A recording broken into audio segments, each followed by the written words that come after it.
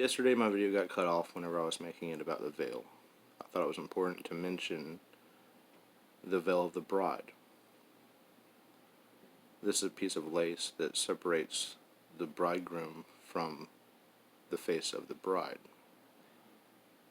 This is just like the veil that separates us from the spiritual world. In Gnostic symbolism, the bridegroom represents the enlightened man. The bride represents the Holy Spirit. The Holy Spirit is always seen as feminine. Ever since the first creation of the unbegotten, the first creation of God, the Creator, whenever this being looked out upon the universe that was to be, he saw a shimmering veil all around him.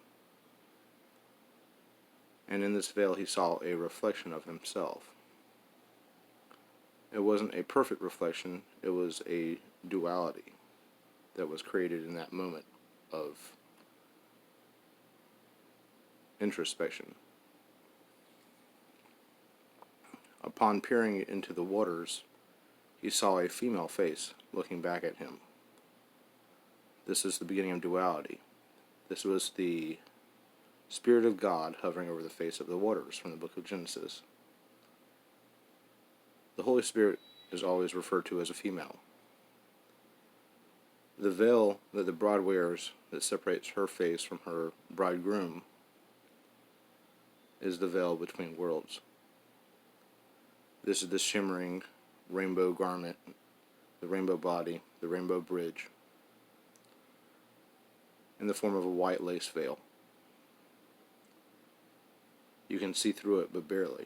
Only upon the actual conclusion of the marriage ceremony is the veil removed, and a connection allowed to take place between the bridegroom and the bride, where they are no longer dual, but they become non-dual. They become whole. They become husband and wife, one being.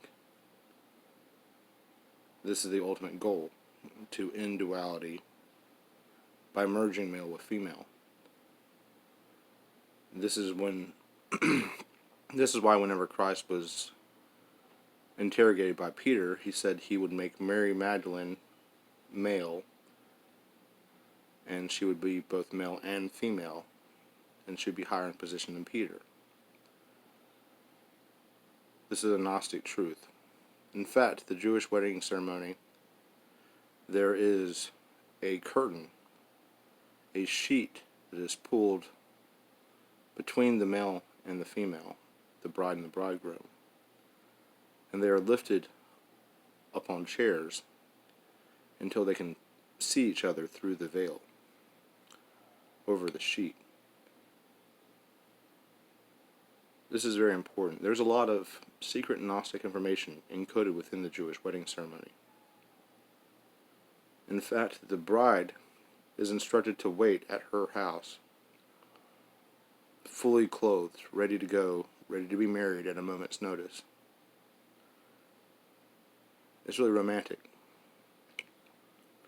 Her bridesmaids wait by the door, by the windows, peering out, looking for the bridegroom to come running up. The bridegroom cannot actually go meet his betrothed until the Father allows it to take place. This is why Jesus says no one knows the time but the Father. The time of completion, the time of apocalypse.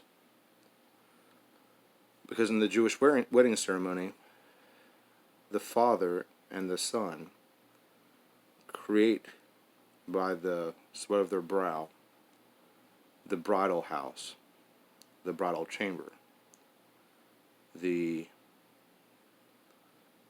place of coming together of husband and wife. The Son works tirelessly all day, all night, trying to make ready this bridal chamber. His Father inspects it every day to see if the house is ready, fit for the bride. only upon having his father's blessings is the son allowed to ride out and go get his bride. Could be days, could be weeks, could be months. But only the father knows when the house is ready for the bride.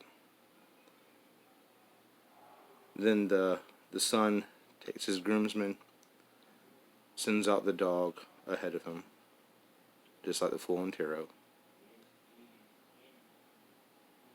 And they gallop down the road in the middle of the night.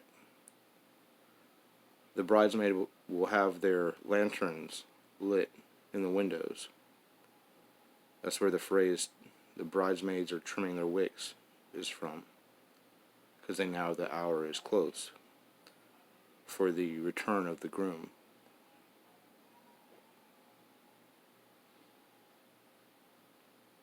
The bride stays in her wedding attire the entire time she's waiting, knowing not the hour, relying on her bridesmaids to watch the windows and the doors, and for them to come calling whenever they see the groom ride up on his horse.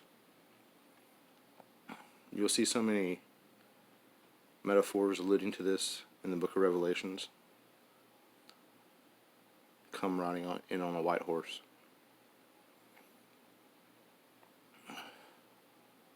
This veil is important. This veil will be lifted for all of humanity. And where I left off yesterday, the only way to enter the kingdom of heaven is to first enter it here on earth. You must have one foot in the door, resting on the ground of heaven, and the other one firmly planted on earth. And then at the point of death, you can enter the kingdom. But only those who first enter it on earth will ever be allowed entrance into it at death. Unlike most Christians who believe that whenever you die on earth, which is like an in-between, you are judged and you either go to heaven or hell for all eternity. The Gnostics do not believe this.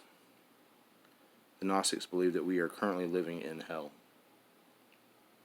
that we must suffer through this reality over and over again through a process of reincarnation until we are fit to enter the kingdom of heaven. That we judge ourselves, our spiritual selves, judge our lifetime at the point of death, no longer having ego in the spiritual realm. We cannot lie to ourselves. We cannot make up excuses for why we did this or didn't do this. We judge ourselves. And most of us decide that we want another go at it because we didn't do it right. So we go back into the flesh to experience this hell over again. As the Buddha said in the Four Noble Truths, this world is suffering, and what is hell besides the separation of